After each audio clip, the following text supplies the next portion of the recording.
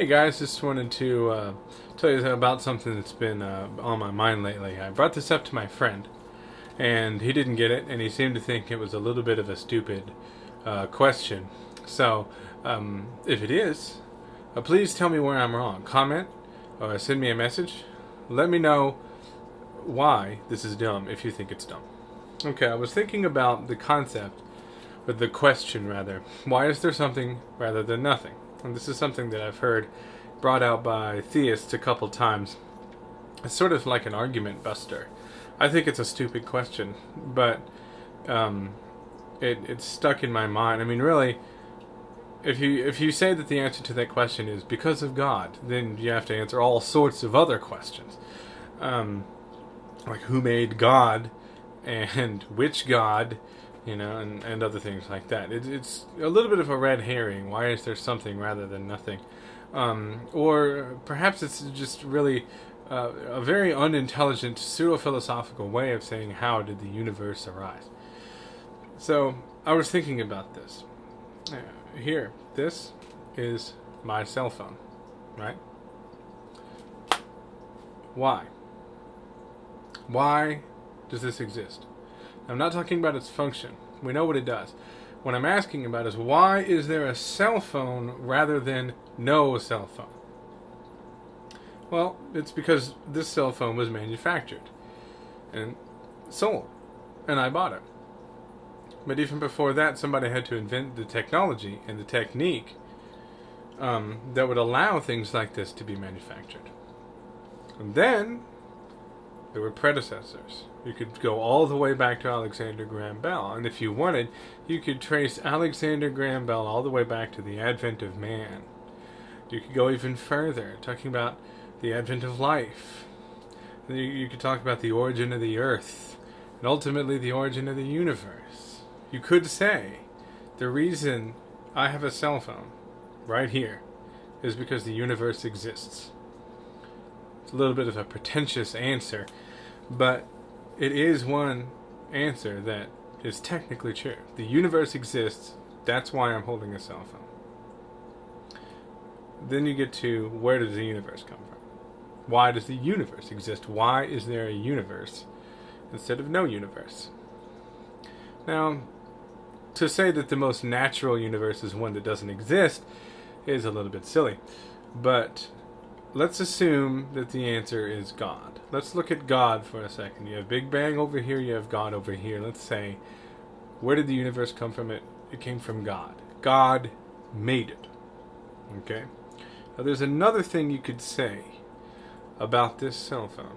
The reason I have a cell phone right here instead of no cell phone is because it is possible in our universe for things to exist.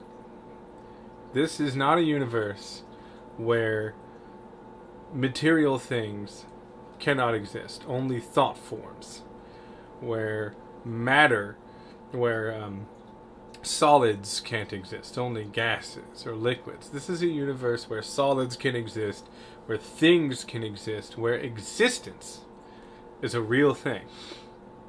And a lot of the time, existence can be shown. Now, the obvious question about God creating the universe is, who created God? But there's another question, and this is what's been on my mind. Let's say God says to Jesus, I'm going to create a universe, and all this stuff is going to happen. I'm going to make a universe and a planet and a species, and all these different things are going to happen. He lays out all of his plans, and he says to Jesus, do you understand?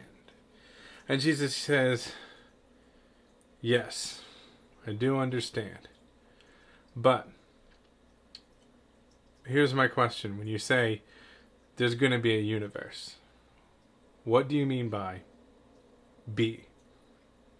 See, before God can say, I'm going to create something, he has to define creation. He has to invent creation. I have a cell phone because in this universe, it's possible to invent something. It's possible to come up with an idea and to plan out how to make that idea real and to collect materials or to create materials, to assemble the object that you're trying to invent into a real functional thing, and to finally say, here it is. Invention is possible. Creation is possible in this universe. All right. Now, there could be other universes where everything is static. Everything stays exactly as it is and nothing new ever comes to be. But that's not the way it is in our universe. New things can be made. The camera I'm looking at can be made. The shirt that I'm looking at right now, somebody designed the image that's on it. Things can be created. Things can be invented. So before God created the universe, he had to define, what do I mean by create? And he also had to define, what do I mean by exist? When I say that the universe is going to exist, what do I mean? This is what my friend didn't understand. You know, if God exists, why? Did he create himself? Okay, he created himself. Well, what is creation? How did he define what creation was? How did he create himself before he existed? How did he exist before it was possible for things to exist? Did God already live in a space or a universe where it was possible for things to exist? Assuming that God is a thing. Okay? And people will tell you, God exists. Alright? So if did he live in a space where it was possible for him to exist already? Was this a law already, a possibility already? If it is, then he didn't create everything. But if he did create everything, he had to be the innovator of not only white dwarfs and gravity and mountains and butterflies and kittens, but he also had to be the inventor, the innovator of existence, the concept of existence, the idea of creation. So this leads, of course, back to my question, my much belabored point. What was God before it was possible for a thing to be anything? Before being even had a meaning? What was he? If there was nothing before God, who created nothing? So, if it's a silly question, I want to hear about it. I want you to let me know if I'm off base, and don't hold back. All right.